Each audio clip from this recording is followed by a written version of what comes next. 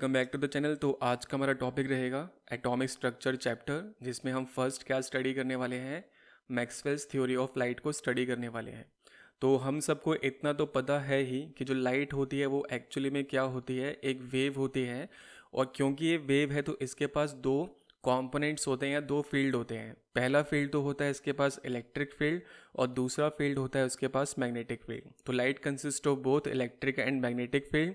और ये जो फील्ड होते हैं, ये ऑसिलेटिंग फील्ड जो हैं वो एक दूसरे के साथ किस एंगल पर होते हैं, 90 डिग्री पर होते हैं। अब इसका सिंपल मीनिंग ये है कि अगर आपके पास जो इलेक्ट्रिक फील्ड है सपोज वो एक्स एक्सिस पर रन कर रहा है, तो हमारे पास जो मैग्नेटिक फील्ड होगा वो कौन से एक्सिस पर रन कर रहा होगा, वाई एक्सिस पर रन कर रहा होगा।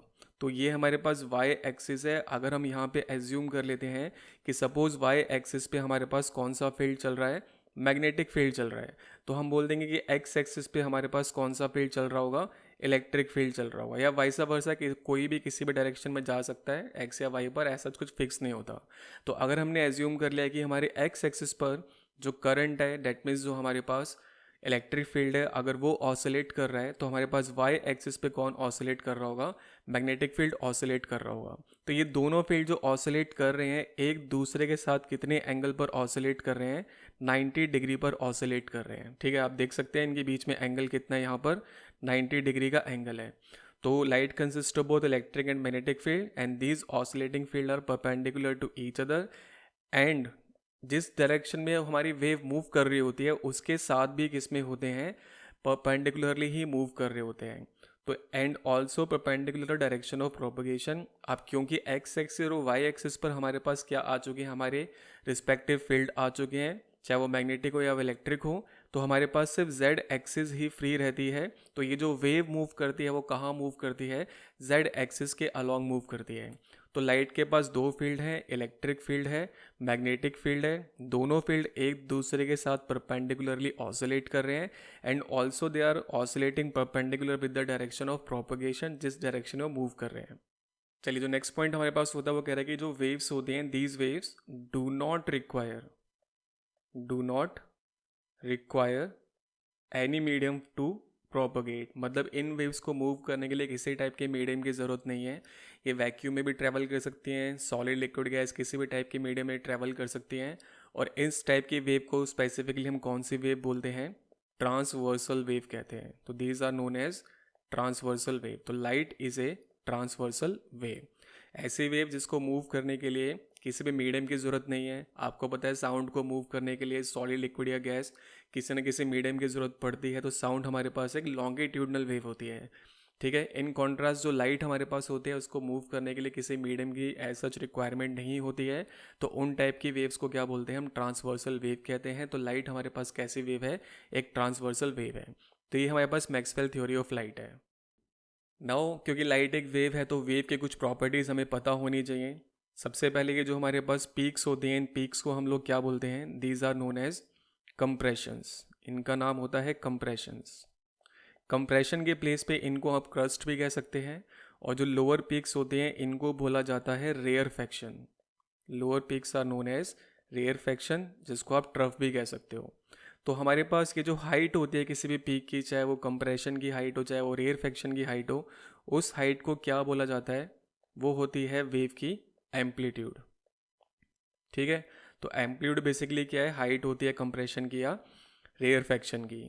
अब हमारे पास दो कॉन्जिक्यूटिव कंप्रेशन जो होते हैं, जैसे ये कंप्रेशन ए हो गया, ये कंप्रेशन बी हो गया, ये कॉन्जिक्यूटिव कंप्रेशंस हैं।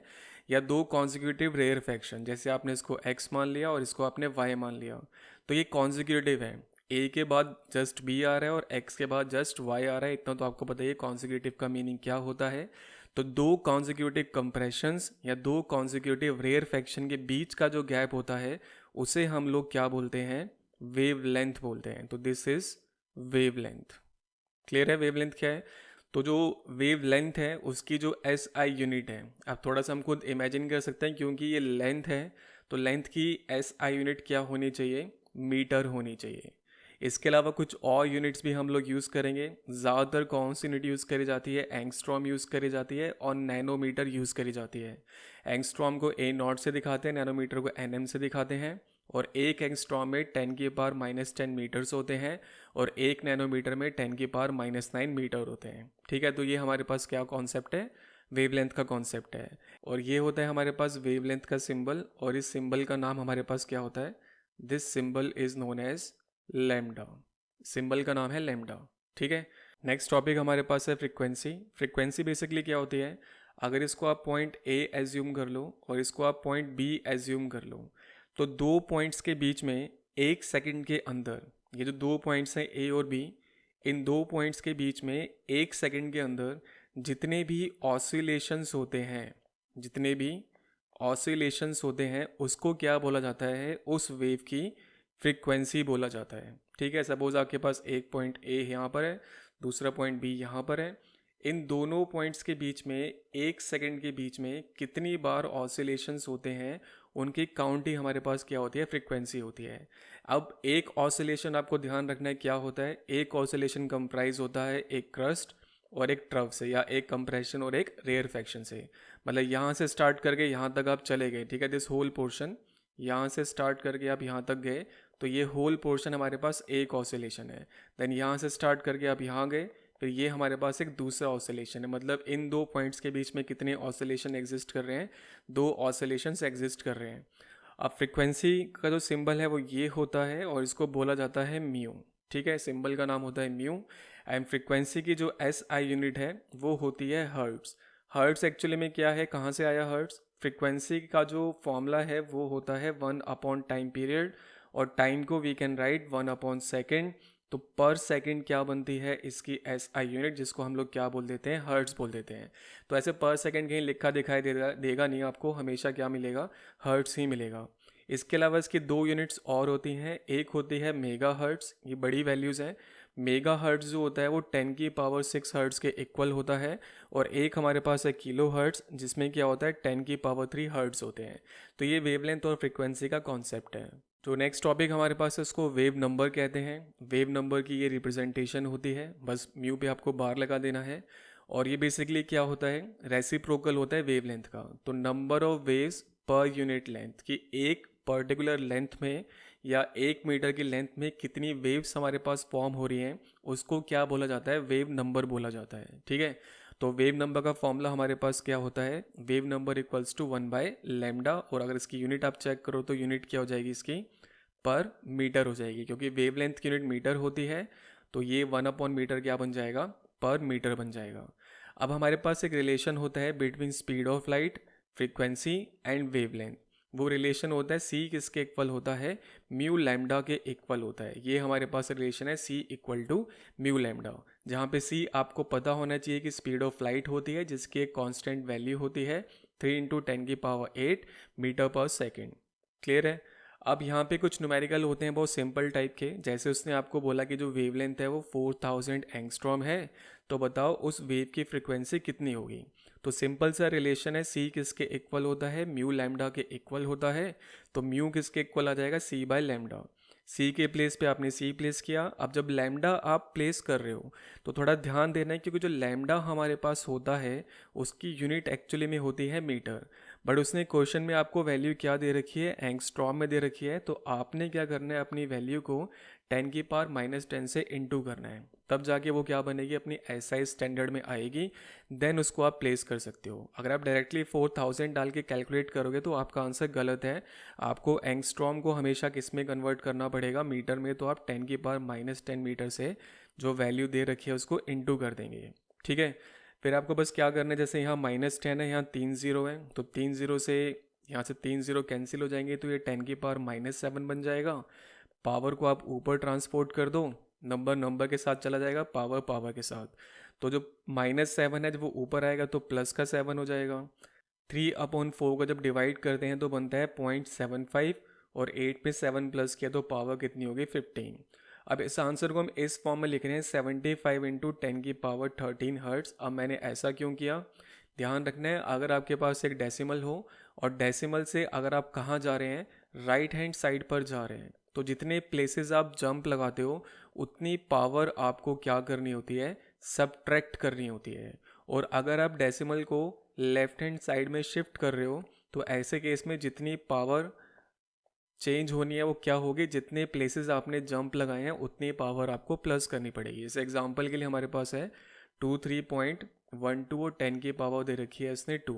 अगर मैं इस डेसिमल को शिफ्ट करके यहाँ ले जाता तो मतलब इसको मैं लेफ़्ट साइड लेके जा रहा हूँ, तो ये बन जाता 0.2312 और 10 की पावर पहले तो ओरिजिनल कितनी थी 2, कितने प्लेसेस जंप लगाया है 1 और 2, तो 2 प्लेसेस के लिए 2 ऐड हो जाएगा तो फाइनल पावर कितनी बन जाएगी 4।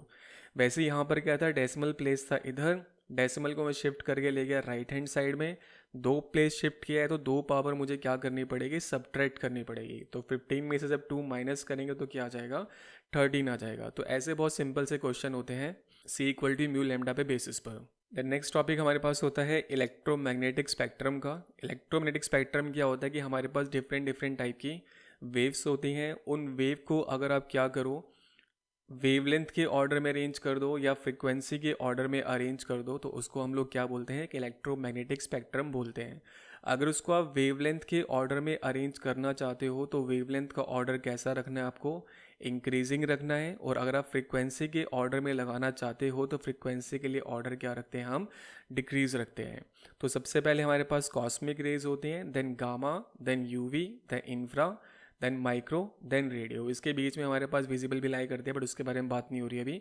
First of all cosmic, gamma, UV, infra, micro and radio. ये जो हमने लगाया है डिस्क्रिप्शन, ये किस ऑर्डर में लगाया है, this is in increasing order of wavelength. हम वेवलेंथ के इंक्रीजिंग ऑर्डर में इसको प्लेस कर रहे हैं। डेट मीन्स अगर हम कॉस्मिक से रेडियो की तरफ जाते हैं तो रेडियो वेव की जो वेवलेंथ है वो क्या होती है, ज़्यादा होती है। ठीक है। और वेवलेंथ और फ्रीक्वेंसी का रिलेशन कैसा होता है, इनवर्स होता है। तो अगर आपने इस तरफ जो ऑर्डर लगाया है, जब आप राइट हैंड साइड मूव कर रहे हो तो ये ऑर्डर आपके पास इंक्रीजिंग वेवलेंथ का हुआ, तो यही सेम ऑर्डर आपके पास किसका हो गया, डिक्रीजिंग फ्रीक्वेंसी का भी हो गया। तो ये जो ऑर्डर लगाया हमने इंक्रीजिंग वेवलेंथ में प्लेस किया है इसको, या हमने डिक्रीजिंग फ्रीक्वेंसी में इस ऑर्डर को लगाया है। तो ये हमारे पास होती है मैक्सवेल्स थ्योरी ऑफ लाइट। बहुत सिंपल है। लाइट के पास दो फील्ड होते हैं, इलेक्ट्रिक फील्ड होता है, मैग्नेटिक फील्ड होता है। दोनों फील्ड एक दूसरे के परपेंडिकुलर होते हैं और जिस डायरेक्शन में ये फील्ड प्रोपगेट कर रहा होता है विच इज़ जेड एक्सिस, उसके साथ भी ये क्या होते हैं, परपेंडिकुलरली चल रहे होते हैं।